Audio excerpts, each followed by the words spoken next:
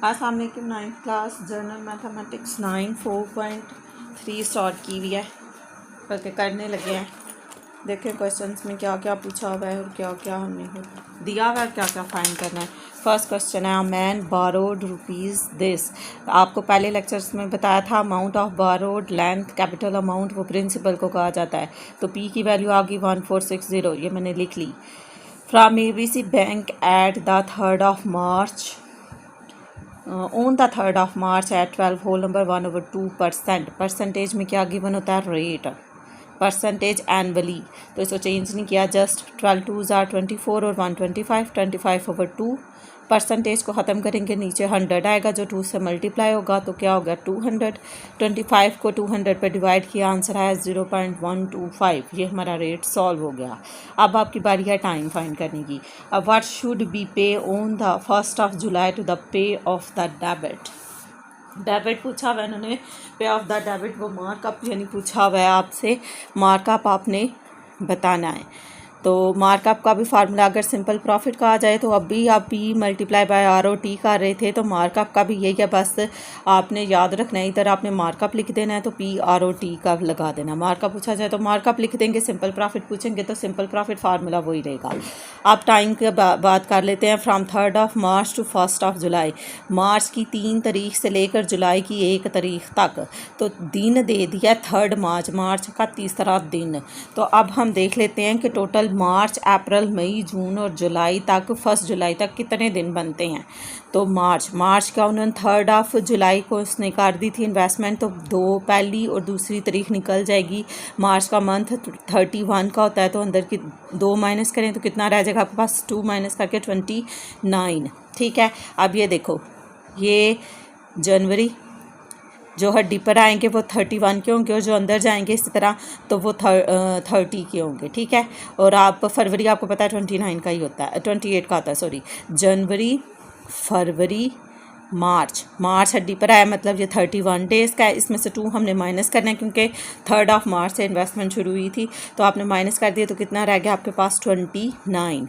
अप्रैल देख लें, 31 में से 2 माइनस कर दें आपका, तो वो आता है 29। अब अप्रैल मई जून और जुलाई तक जाना है, तो जुलाई की तारीख 1 तक, वो 1 लिख दी। अब अप्रैल मई और जून को चेक कर लेते हैं। जनवरी, फरवरी, मार्च, अप्रैल आ रहा है नीचे, तो अप्रैल 30 का। आगे अप्रैल तक गए हैं। मई हड्डी पर आ रहा है तो 31 का। ठीक है, फिर जून इधर आ रहा है अंदर, तो वो भी जनवरी, फरवरी, मार्च, अप्रैल, मई, जून आपका आ रहा है इधर, तो ये होगा आपका 30 का, 30 जून। यहाँ मुझसे गलती से 30 बन गई। ठीक है, तो जनवरी, फरवरी, मार्च, अप्रैल, मई, जून। ठीक है, जुलाई हड्डी पर आ रहा है तो वो 31 का होगा, लेकिन हमने 1st of July तक लेना है, तो हमने जुलाई की जगह 1st लिख दिया। मार्च के महीने में थे 2 माइनस किए थे, अप्रैल, मई और जून हमने देख लिया। वो अगर हड्डी पर आ रहे हैं तो वो 31 के, और अगर उधर नहीं आ रहे तो 30। फिर मई का महीना आपका 31 का, जून का आपका 30 का। अब हम इन सब को ऐड कर लेते हैं, तो आपको डेज़ टाइम पता चल जाएगा कि कितने हैं। टाइम आपके पास आ रहा है, आप ये सारे दिनों में को जमा करें।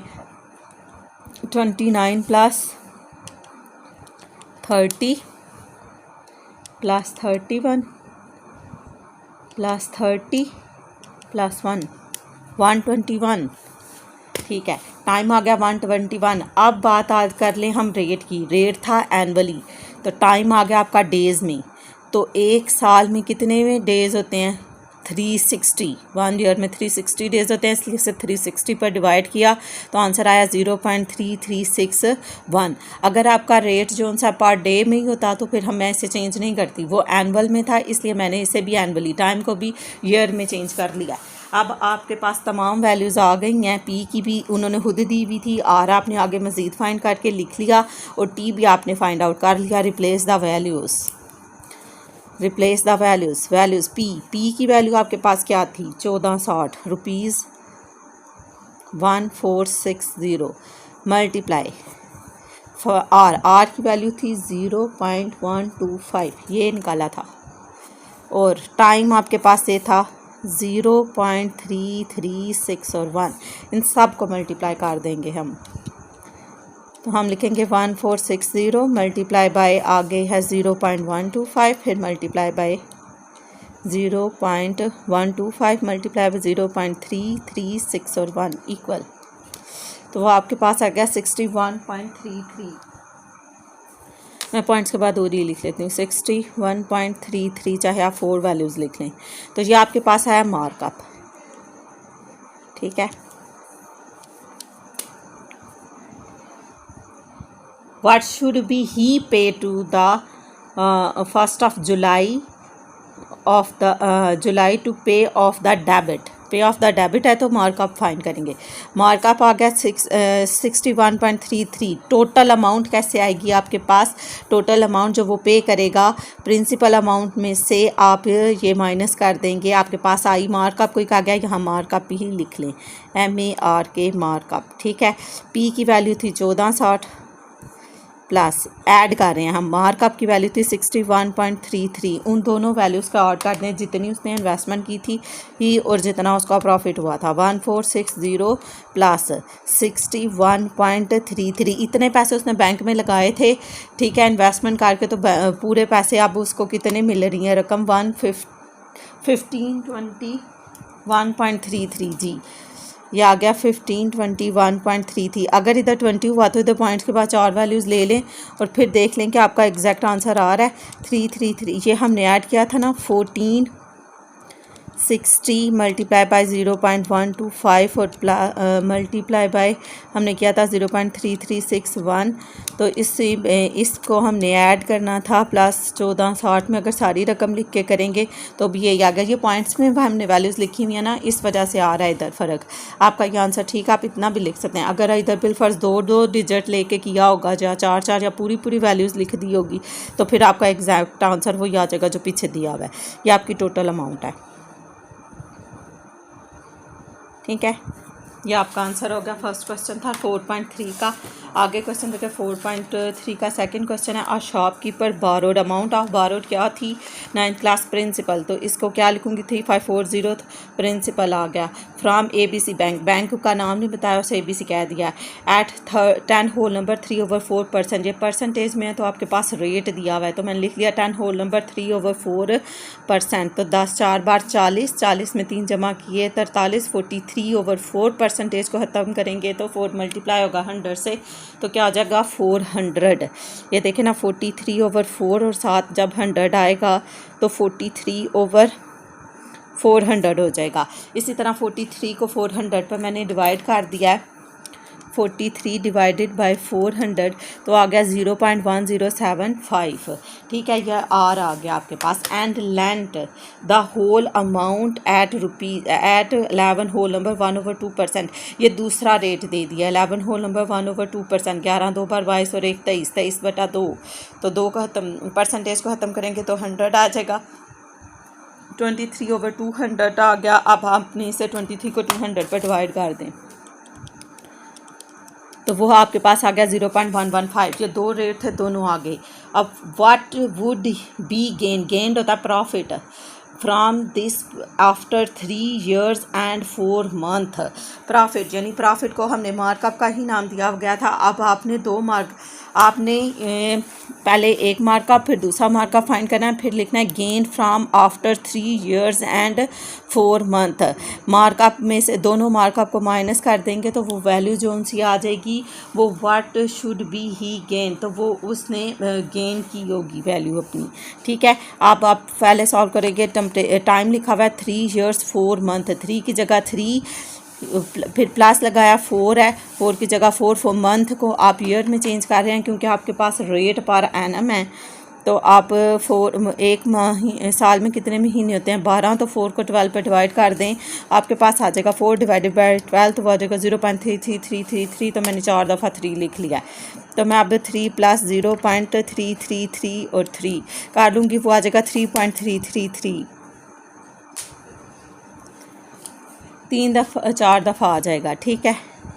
अब आपने क्या करना है, मार्कअप 1 और मार्कअप 2 फाइंड करना है। प्रिंसिपल अमाउंट सेम है दोनों में।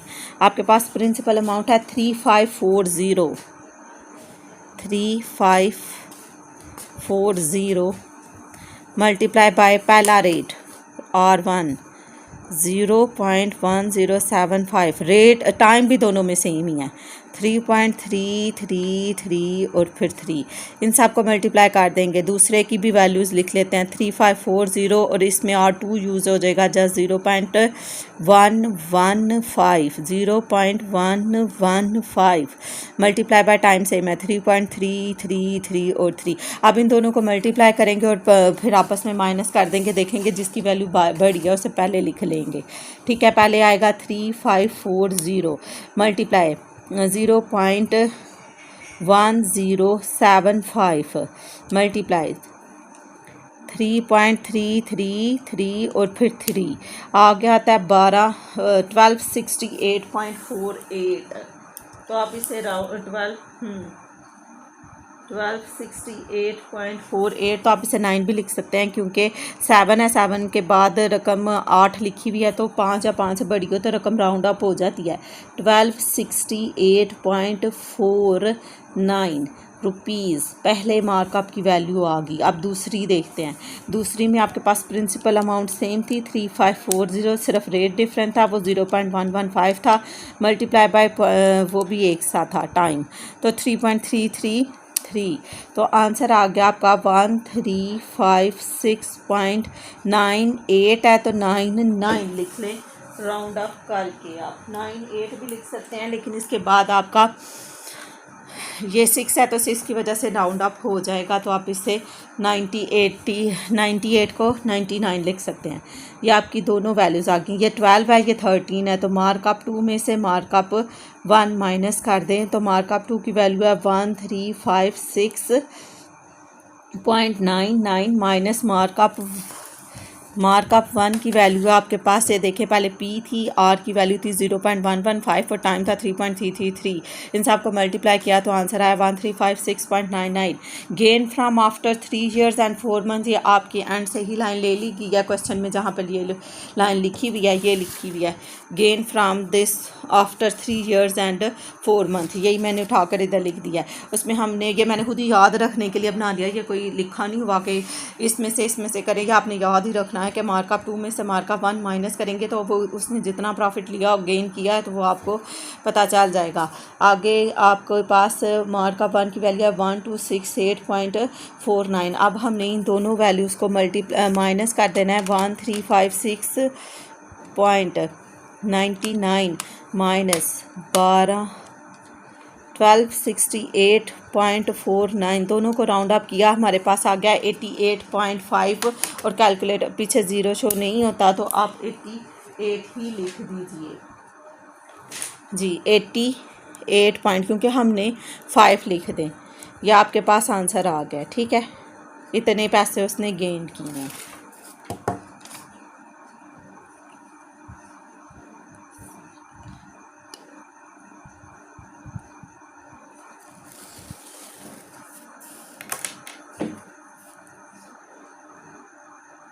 अब नेक्स्ट देखते हैं कि क्या किया है। अमाउंट ऑफ बारोड आपको पता था प्रिंसिपल अमाउंट थी,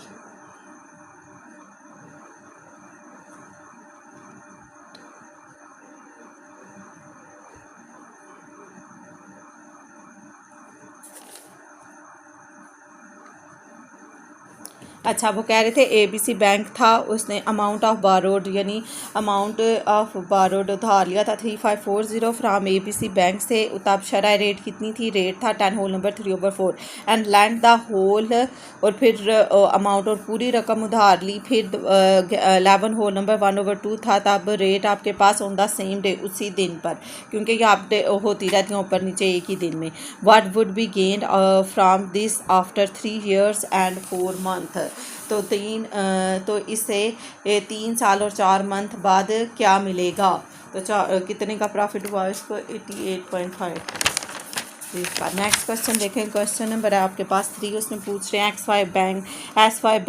XYZ बैंक गेंड, फिर प्रॉफिट का जिक्र आ गया ₹8034। मैंने कहा था गेंड जो सा आता है वो प्रॉफिट होता है, मतलब अब आपके पास से क्या दिया हुआ है कंपाउंड प्रॉफिट, क्योंकि इधर कंपाउंड का जिक्र है तो मैं फिर कंपाउंड मार्कअप लिखूंगी लोन एट 6% कंपाउंडेड मार्कअप। ये इधर से मुझे पता चल गया ये जो गेंड उन्होंने किया है ये कंपाउंडेड मार्कअप की वैल्यू है।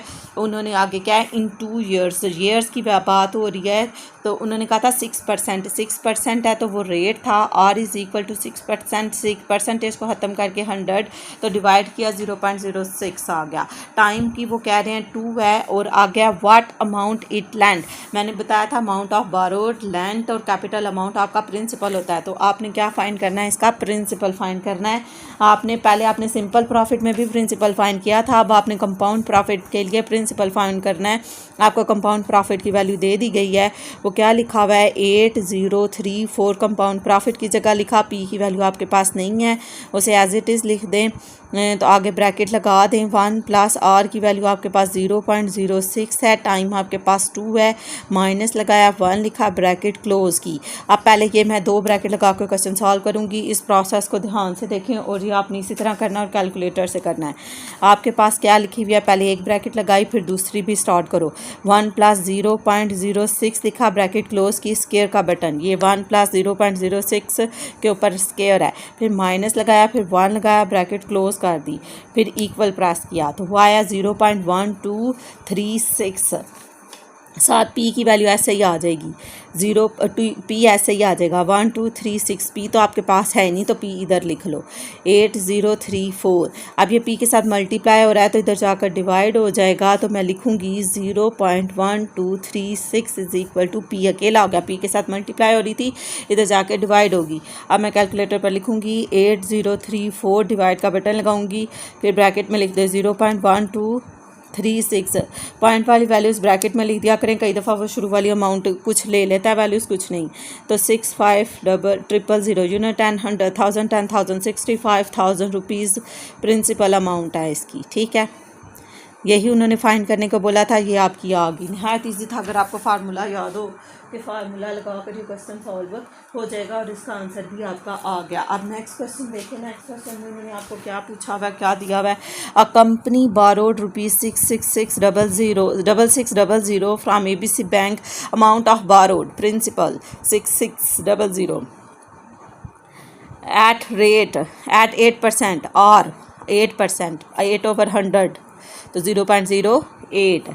सिंपल मार्कअप पर एनम, मतलब अब हमें सिंपल मार्कअप से पता चल गया, हमने सिंपल मार्कअप का फार्मूला लगाना है। मैंने आपसे कहा था सिंपल प्रॉफिट और सिंपल मार्कअप हो फार्मूला एक ही है, बस जब सिंपल प्रॉफिट पूछा जाए सिंपल प्रॉफिट लिख देंगे, जब सिंपल मार्कअप पूछा जाए तो सिंपल मार्कअप लिख देंगे।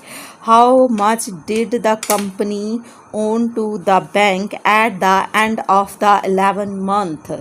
How much did the company owe, अच्छा जी, कंपनी को क्या मिलेगा,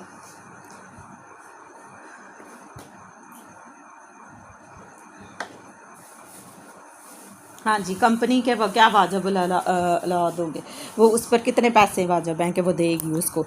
bank at the end of the 11 month, 11 महीने के बाद जो उनसे कंपनी ने बैंक को कितने पैसे देने हुए।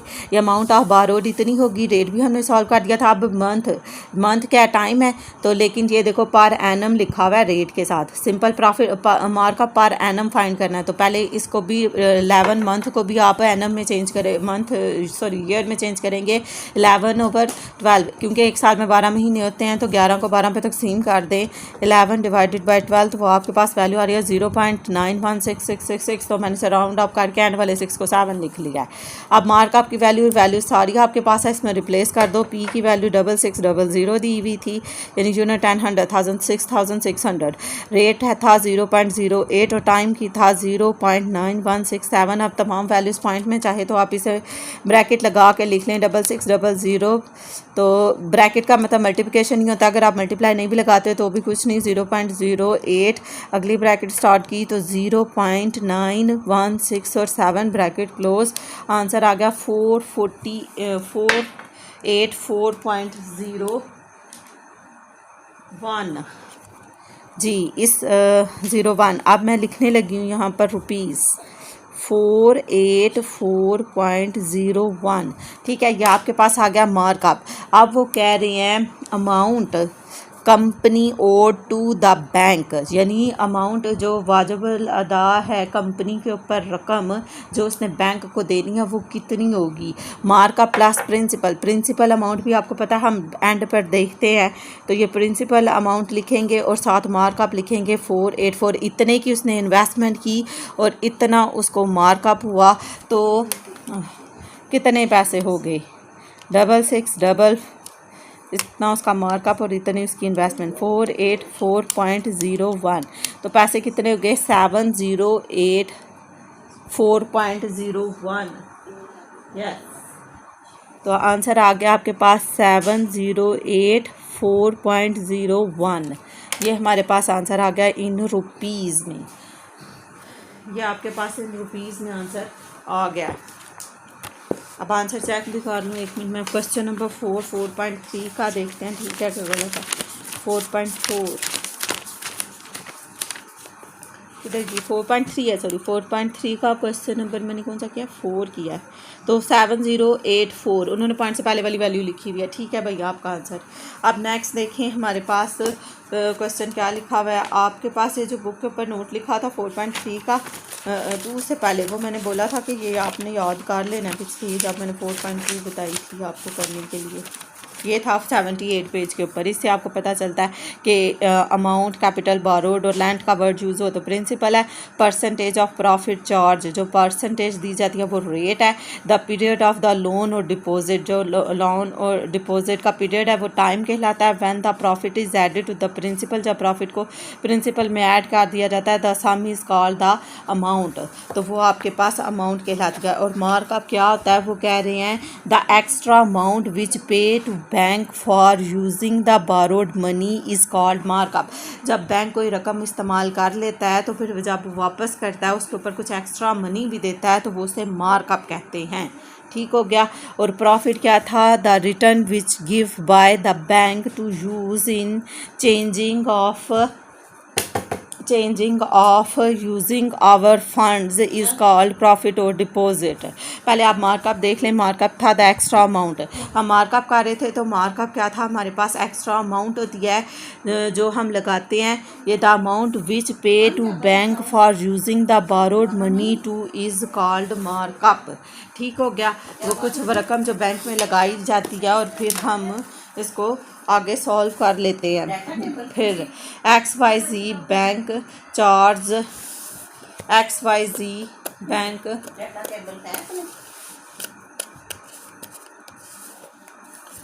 किधर यूज़ होती है, आपको नहीं पता, भाई को पता है। किधर यूज़ करते हैं बेटे जी, इस तरह किधर यूज़ करते हैं ये बड़े फ़ोन, बड़े चार्जर वाली जी। एक पड़ी है, चेक कर लो।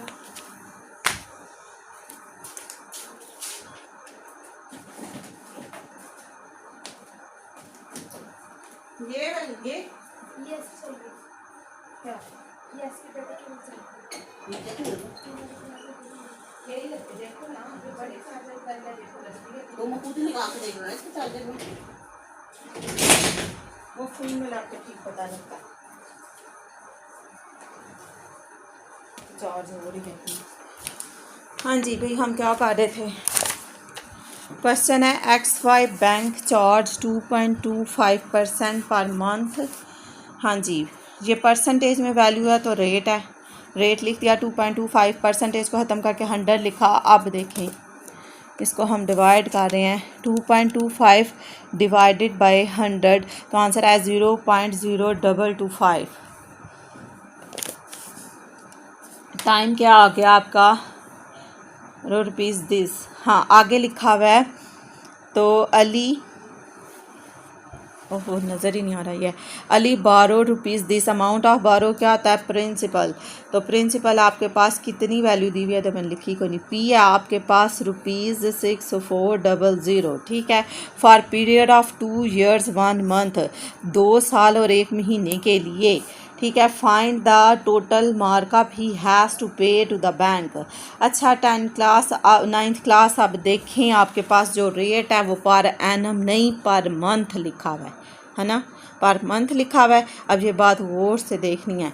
जब मैंने अब रेट आपके पास ये हो गया, ये पर मंथ है, तो ये जो टाइम आपके पास दिया हुआ है ये ईयर्स में है, तो मैं इसे मंथ में चेंज करने लगी हूँ।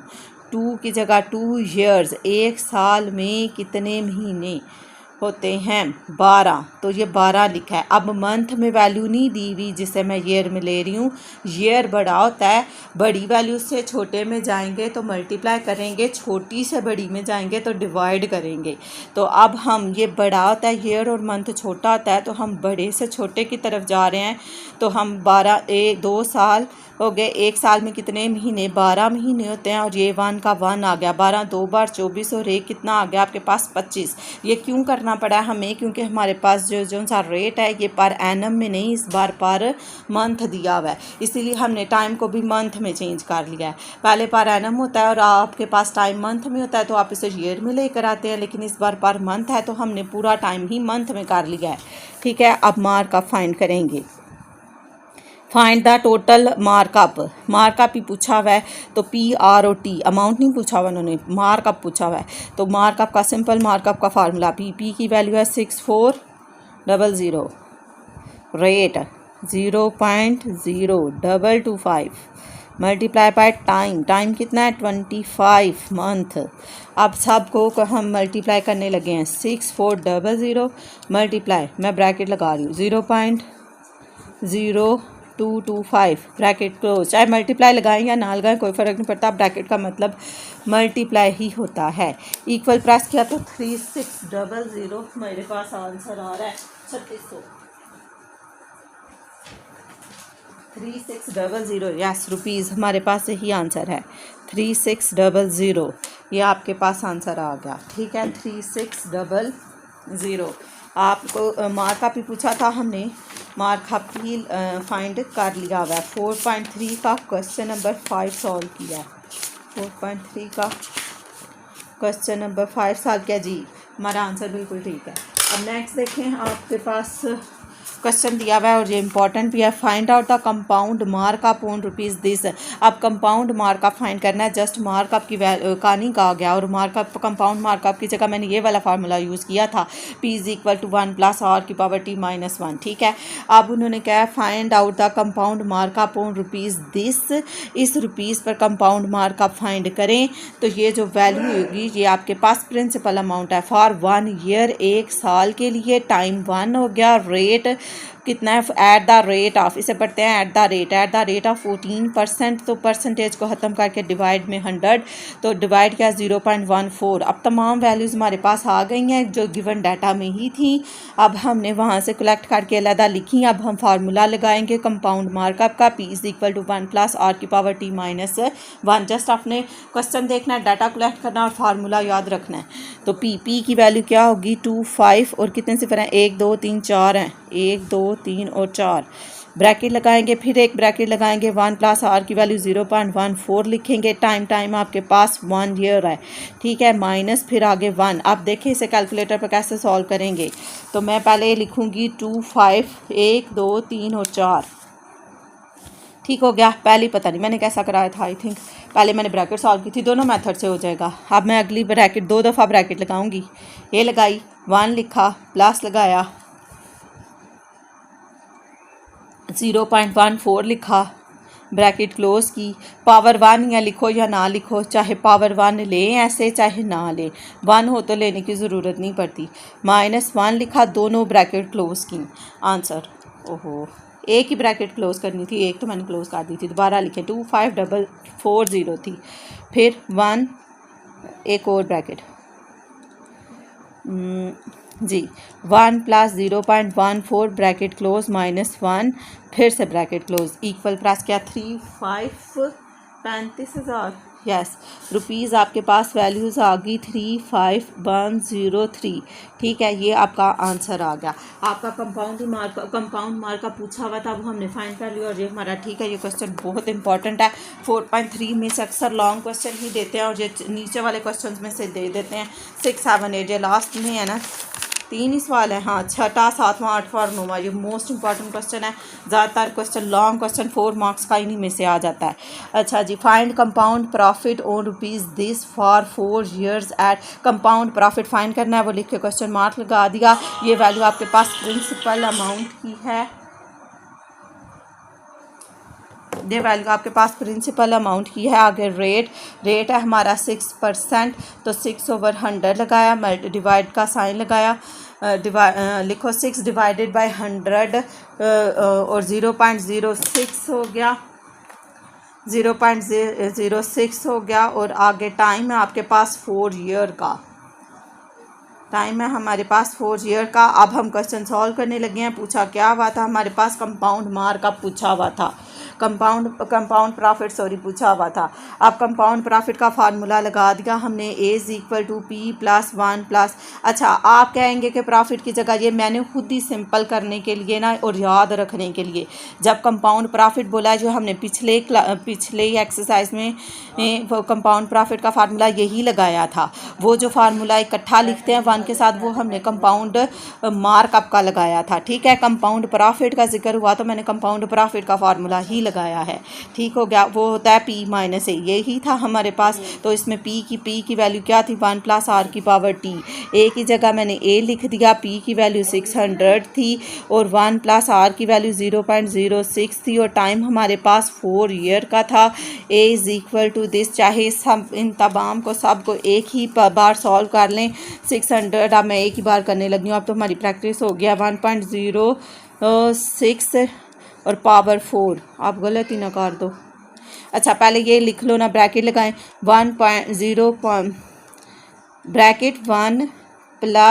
0.06 पावर 4। ये पावर का बटन, ये जो लिखा हुआ है, ये पावर दबाई, इधर 4 लिखा, इक्वल प्रेस करो। अब इसको छेड़े बगैर ऐसे ही मल्टीप्लाई का साइन लगा दें और साथ क्या लिखा हुआ है 600। अब 600 प्रेस कर दें तो वो आपके पास आएगा 757.48।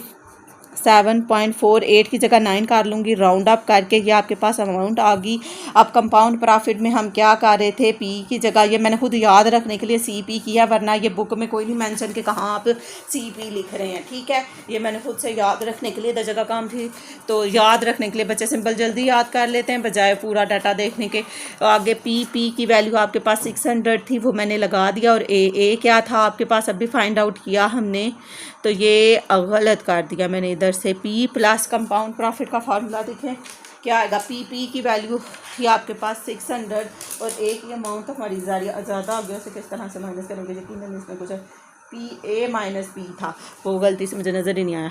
A - P था। 10th क्लास इसमें A, 9th क्लास इसमें A - P है। A - P, बड़ी में से आप खुद ही सोचो, छोटी में से बड़ी तो नहीं ना माइनस हो सकती, बड़ी में से ही छोटी होगी। तो यहाँ पर मैं आप लिख रही हूँ, क्या आपको नज़र आ रहा है A - P या फार्मूला मार्कर से लिख दूँ। ये A है, ये तो और गंदा हो गया, और ये P है, तो मैं काट ही रही हूँ, मुझे नहीं समझ आ रही। ये था A - P। A की वैल्यू क्या आ गई आपके पास, कहीं कहीं मुझे याद आ रहा था ये पहले आता है, 757.49 - 600। ठीक हो गया। अब हमने इसे माइनस कर देना है, तो 75 ये लिखी हुई वैल्यू, चलो मैं लिख लेती हूँ। 75 के बाद फिर 7 है, फिर पॉइंट है, फिर 4 है और फिर 9 है, फिर माइनस लिखा है, नहीं हाँ माइनस लिखा है, फिर 600 लिखा है, वो मुझे तो नज़र नहीं ना आ रहा कैमरे में। 157.49 कंपाउंड प्रॉफिट, 157.49 में भी पीछे 50 लिखा हो, बस यही फ़र्क होगा, और तो नहीं मुझे लगता कि कोई फ़र्क आएगा इसमें। 48 होगा, वो 9 होगा, पॉइंट से पहले वैल्यू ठीक हो तो आंसर ठीक कंसिडर होता है। 49 ही लिखा हुआ है और हमारा ये आंसर ठीक है। नेक्स्ट क्वेश्चन देखें, ये मैंने खुद ही याद रखने के लिए कंपाउंड प्रॉफिट और कंपाउंड मार्कअप में ना डिफरेंस करने के लिए उसको लॉक किया, वरना ये शायद एक फार्मूले से भी काट दिए कि कहीं किसी ने। अब देखो, find the compound profit. Find the compound profit पूछा, वेब कंपाउंड मार्क अब नहीं पूछा, तो मैं कंपाउंड प्रॉफिट का फार्मूला ही यूज़ करूँगी। तो ये क्या लिखा हुआ है आपके पास, ये देखिए तो मैंने ठीक लिखा हुआ है। कंपाउंड प्रॉफिट होता है A माइनस P, तो A होता है P is equal to 1 plus R की पावर T।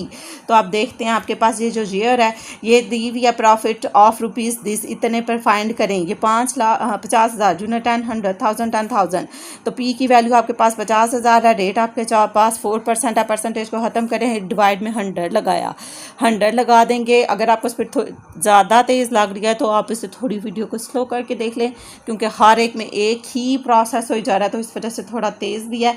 और फिर कुछ बच्चियाँ कहती हैं जी हम वीडियो लंबी थी, हमारा पैकेज ख़त्म हो गया, तो इसलिए मैं ज़्यादा कुछ काम पहले ही कर लिया और कुछ स्पीड से कर रही हूँ। जो ऑलरेडी पता जो है 4 को 100 पे डिवाइड कर दें तो 0.04 हो जाएगा, ठीक हो गया। और टी की वैल्यू है 1 होल नंबर 1/2। तो यहाँ पर जहाँ कंपाउंड प्रॉफिट का जिक्र आ जाएगा और 1 होल नंबर 1/2 आया जाएगा, तो आपने इसको याद रखना है कि आपने 1 के लिए इसे अलग सॉल्व करना है और 1/2 के लिए अलग सॉल्व करना है। वैसे इसकी फ्रैक्शन ख़त्म करें तो ये बनता है 1.5 ईयर्स, ठीक हो गया। अगर आप इसको 1.5 ईयर्स करेंगे, फिर आप इसे 2 पर डिवाइड, रेट था आपके पास 0.04, तो आपने इसको 2 पर भी तकसीम कर देना है, वो हो जाएगा 0.02।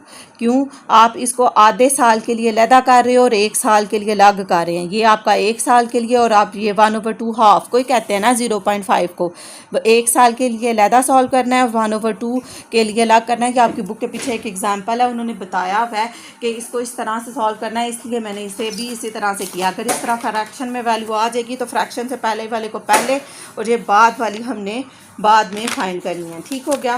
4.3 के पीछे दी होगी आई थिंक एग्जाम्पल, उन्होंने कहा था इसे इस तरह से फाइंड करें, तो फिर मैंने इसे इसी मेथड से सॉल्व करने की कोशिश किया जिस तरह से आपकी बुक के पीछे एक एग्जाम्पल का रेफरेंस दिया हुआ था। किधर गई भाई वो, बहरहाल वो अलग अलग दी हुई थी आपको ना, तो उन्होंने बोला था इसे इस तरह से सॉल्व करना है अलग अलग। हाँ, लेकिन ये क्वेश्चन का आंसर जो हमने इधर किए थे ना कंपाउंड प्रॉफिट के, ये भी कंपाउंड प्रॉफिट ही है ना, तो इसके आंसर तो आ गए थे हमारे सारे। ये देखें 7 होल नंबर 1/2 ही लिखा हुआ है, लेकिन इसका आंसर तो हमारा आ गया था। और वो तक तो जहाँ तक तो आ गए थे, आप याद रख लें या उन्हें भी इस मेथड से कर लीजिएगा। तो ये आपकी बुक के ऊपर इन्होंने एग्जाम्पल एक दी हुई थी कि अगर इस तरह से आ जाए तो 2 होल नंबर 1/2 है, तो 2 को अलग सॉल्व करना है और 1 के लिए अलग सॉल्व करना है। इनके आंसर तो हमारे इकट्ठे करके आ गए थे, ठीक है। अब इसे मैं किसी और वीडियो में देखूंगी, अगर मुझे टाइम मिला तो मैं फ्रैक्शन वाली वैल्यूज़ जिस तरह ये 11 होल नंबर और 3/4 था, इसको अलग से और इसको अलग से, ये 1/2 है तो 7 के लिए अलग और 1/2 के लिए अलग सॉल्व करने की कोशिश करके देखूंगी। वैसे हमारे इसके आंसर आ गए थे सारे, सिर्फ एक इस क्वेश्चन पर आकर फिर हमने सोचा पीछे जाके कि पीछे तो हमने ऐसे नहीं किया। या तो आप ये क्वेश्चन याद रख लें कि इसी क्वेश्चन में हमने 1 के लिए अलग और आर के यानी 1 के लिए अलग सॉल्व करना है और 1/2 के लिए अलग सॉल्व करना है, क्योंकि अगर आप इसे कंबाइन करते हैं तो आपका एग्जैक्ट वो आंसर नहीं आता, जबकि पीछे सारे वो आ गए थे अंदर। अच्छा जी, अब हमने इसको फिर क्या किया, जब आपने हाफ ईयर के लिए करना है फिर रेट भी हाफ होगा, इसलिए हमने रेट को 0.04 पर डिवाइड किया है। अब याद रख लें तसलसल, अब दोबारा से जोड़ते हैं। कंपाउंड प्रॉफिट फाइंड करना था, 50,000 आपके पास प्रिंसिपल था, रेट आपके पास ये वैल्यू थी। अब जब यहाँ पर आए टाइम पर तो 1 ईयर के लिए लग करना था और 1/2 के लिए लग करना था। जब 1/2 के लिए करना था तो रेट को 2 पे डिवाइड भी करेंगे, क्योंकि रेट भी हाफ करेंगे, 0.02 आ जाएगा। तो यहाँ पर वैल्यू 1 लगाई, आर की वैल्यू 0.04 लगाई, ठीक है। यह आपने 1 ईयर के लिए किया और ये आपने हाफ ईयर के लिए किया, तो फिर उसके लिए भी आपने रेट लिखा 0.02,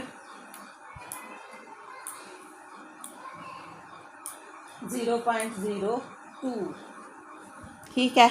हाफ ईयर के लिए अलग किया और 1 ईयर के लिए अलग किया। अब जब मैं अब इधर देखती हूँ एग्जांपल जो उन्होंने दी थी, हाफ ईयर के लिए इन्होंने अलग किया। ये देखो इन्होंने 2 को 100 पे जब डिवाइड किया, इन्होंने पता नहीं कितनी अजीबोगरीब मेथड से किया। बेसिकली इन्होंने क्या किया, वह ये रेट था ना आपका, तो ये भी 2 था, इसको भी आपने तो 2/4 और 1 5/2 ये आ रहा था आपके पास। तो अच्छा, ये 2 के लिए लाग था और 1/2 के लिए लाग था, देखती हूँ अब आंसर आता है कि नहीं आता, लेकिन अगर 1/2 के लिए अलग था तो ये इन्होंने जस्ट रेट को ही किया है, तो 0.5 जो रह गया था हमारा टाइम का वो तो इधर ऊपर मेंशन कोई नहीं किया हुआ, जस्ट इस तरह से ही किया हुआ एग्जांपल में। अब मैं देखती हूँ इस तरह करके हमारा आंसर आता है कि नहीं। आप अब लिखिएगा ना, पहले आंसर चेक कर लेंगे हम। 5 के बाद कितने 1 2 3 और 4 है।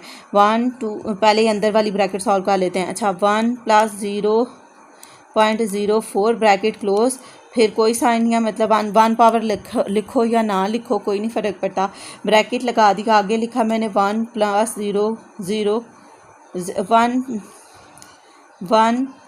0.02 ब्रैकेट क्लोज कर दी, equal 1 + 0.04 bracket close, 1 + 0.02 bracket close, ये आ गया 1.6080 से छेड़े बगैर मल्टीप्लाई कर देना हमने 50,000 के पास। 5 के बाद 4 सिफर हैं, 5 लिखा, 1 2 3 और 4 लगाया, तो वो आपके पास आ गया 5। अभी मैं लिखती हूँ और माइनस करके देखती हूँ हमारे पास आंसर आता है। ये और ऐसा अब याद रखना, ना पॉइंट है और ना ही ये कुछ और है। 53040, ठीक है 53040। ये एस और एस के बाद एक डॉट लगता होता है, ये रुपीज़ लिखा हुआ है मैंने। 530 और 40 आया आपके पास। ए की वैल्यू आपके पास आ गई 530 और 40, ठीक है 53040 माइनस प्रिंसिपल अमाउंट आपके पास थी 50,000, ये था 53040। 1 2 3 और 4, 1 2 3 4 और 5, 1 2 3 4 और 5, ये भी 5 है, -5 लिखे 1 2 3 और 4 सिफर, आंसर आ गया 3040। अब चेक करती हूँ यही है। फिर अब आपको याद रखना पड़ेगा कि इधर 0.1 जो एक बचा था वो रेट को ही जस्ट हाफ कर दिया हुआ है और फिर ऊपर टाइम मेंशन नहीं किया उन्होंने सपोज कर लिया ये हाफ है, तो आंसर तो हमारा बिल्कुल ठीक है 3040 ही आया हुआ है। मतलब उन्होंने इसके ऊपर कोई अमाउंट नहीं लिखी, हमने रेट को ही हाफ करके इधर लिख लिया और सपोज कर लिया कि ये हाफ हो गया हुआ है, ठीक है। आपने 1 को लग किया था और 1/2 को लग किया था, तो ये आपका आंसर आ गया। ये थोड़ा सा क्वेश्चन ट्रिकी था और थोड़ा याद रखने वाला भी था, क्योंकि बाकी में भी कंपाउंड प्रॉफिट ही करना था, लेकिन उसे हमने फ्रैक्शन में 1.5 लिख के जिस तरह हो फ्रैक्शन में क्वेश्चन होते हैं उस तरह करके किया, तो उसका आंसर आ गया था। सिर्फ एक ये इस क्वेश्चन का आंसर नहीं आता था, या तो आप उसे भी उसी तरीके से करें या फिर इस क्वेश्चन को याद रख लें, इसे इस तरह से करना है और इसका आंसर इस तरह करके आएगा। अच्छा जी आगे देख लें। Find the compound profit on rupees this. अब इसमें भी कंपाउंड प्रॉफिट ही पूछा गया है, मैंने कंपाउंड प्रॉफिट लिख के क्वेश्चन मार्क लगा दिया है। आगे फॉर 1 ईयर एट 12%, तो ये आपके पास प्रिंसिपल अमाउंट आ गई और टाइम आपके पास 1 ईयर आ गया, रेट आपके पास 12% आ गया, तो 12/100 0.12 आ गया। ए की वैल्यू ए भी फाइंड करना है क्योंकि कंपाउंड प्रॉफिट फाइंड करना है। कंपाउंड प्रॉफिट का फार्मूला है A - P, पहले ए फाइंड करेंगे। ए क्या है, P = 1 + R की पावर T। A = ए की जगह A, P की जगह आपके पास 5 4 1 2 3 यूनिट 10 100 1000 10,000 54,000। 1 + R की वैल्यू 0.12। अब देख लें आर पार एनम ही है, इसलिए इसे चेंज करने की कोई ज़रूरत नहीं पड़ी। टाइम आपके पास 1 लिखो या ना लिखो, अब ए की वैल्यू आ जाएगी। अब आप जिस तरह पहले कर रहे थे उसी तरह ही करेंगे। हम पहले ब्रैकेट के अंदर वाली वैल्यू सॉल्व कर रहे थे, 0.12 लिख रही है, इसकी पावर 1 लिखें या ना लिखें, जस्ट ऐड कर दिया। फिर हम मल्टीप्लाई कर रहे थे, 54000 आ रहा है, यस। अब आपके पास आ गई अमाउंट 6048 और 0, तो यूनिट 10 100 1000 10,000 60,480, ये आपके पास अमाउंट आ गई है। अब आपके पास कंपाउंड प्रॉफिट का फार्मूला था A - P, तो A की वैल्यू हमने क्या फाइंड किया है, A की वैल्यू हमने फाइंड किया 60480 माइनस प्रिंसिपल था 54, उसके बाद 30 थे जी। अब एक वैल्यू तो मेरे पास लिखी हुई है, ये जो A की अभी फाइंड की थी मैं माइनस प्रेस कर दूंगी और आगे लिखूंगी 5 4 1 2 और 3, तो आ गया 6480, तो 6480 रुपीज़ ये आपके पास आंसर है। आप चेक कर लेते हैं कि हमारा ये आंसर ठीक है कि गलत है। 4.9 क्वेश्चन ख़त्म हो गए। 9 क्वेश्चन था हमारा 6480 जी, ये हमारा क्वेश्चन ठीक है। अब हमने ओवरऑल क्या पढ़ा इस एक्सरसाइज में वो फाइंड आउट करने की कोशिश करते हैं ताकि हम कंफ्यूज ना हो। जब सिंपल मार्कअप का वर्ड यूज़ था या सिंपल प्रॉफिट का वर्ड यूज़ था तो हमने यही फार्मूला लगाया था। सिंपल प्रॉफिट था तो उसे आई लिख दिया था, सिंपल मार्कअप को मैंने सिंपल मार्कअप ही लिखा था, लेकिन फार्मूला यही था P multiply by R multiply by T। इसी तरीके से क्वेश्चन सॉल्व हो गए हमारे। आगे हमने क्या पढ़ा, कंपाउंड मार्कअप। जब कंपाउंड मार्कअप का जिक्र किया तो हमने फार्मूला लगाया P into 1 bracket 1 plus R की पावर T माइनस 1। ये कंपाउंड जहाँ कंपाउंड मार्कअप का जिक्र हुआ तब वो यूज़ किया था। जब कंपाउंड प्रॉफिट का जिक्र यूज़ हुआ तो उसका फार्मूला था, अभी हिल गया, उसका फार्मूला था A माइनस P।